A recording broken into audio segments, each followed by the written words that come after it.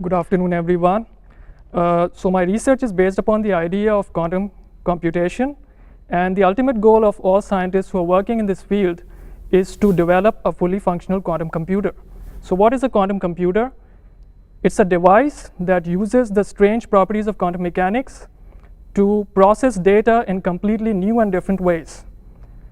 So two of the ideas that we borrow from quantum mechanics are the ideas of quantum superposition and quantum entanglement.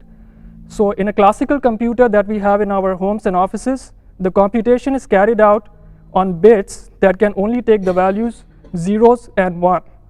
However, in a quantum computer, you can not only have just 0s and 1s, but you can have the qubit existing as a 0 and 1 at the same time.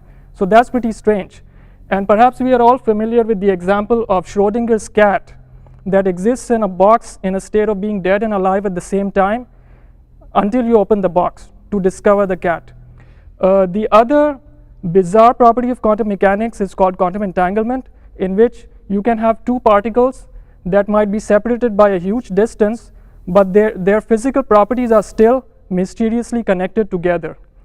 So in my experiment, I use both these properties of quantum mechanics, and I'm trying to implement a very small and basic component of a quantum computer using light or photons.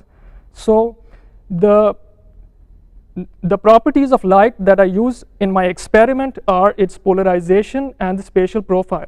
So as we all know that light is an electromagnetic wave, and if the direction of oscillation of that wave is parallel to the floor, we call such a light to be horizontally polarized. And if the direction of oscillation of that light is perpendicular to the floor like this, we call such a light to be vertically polarized.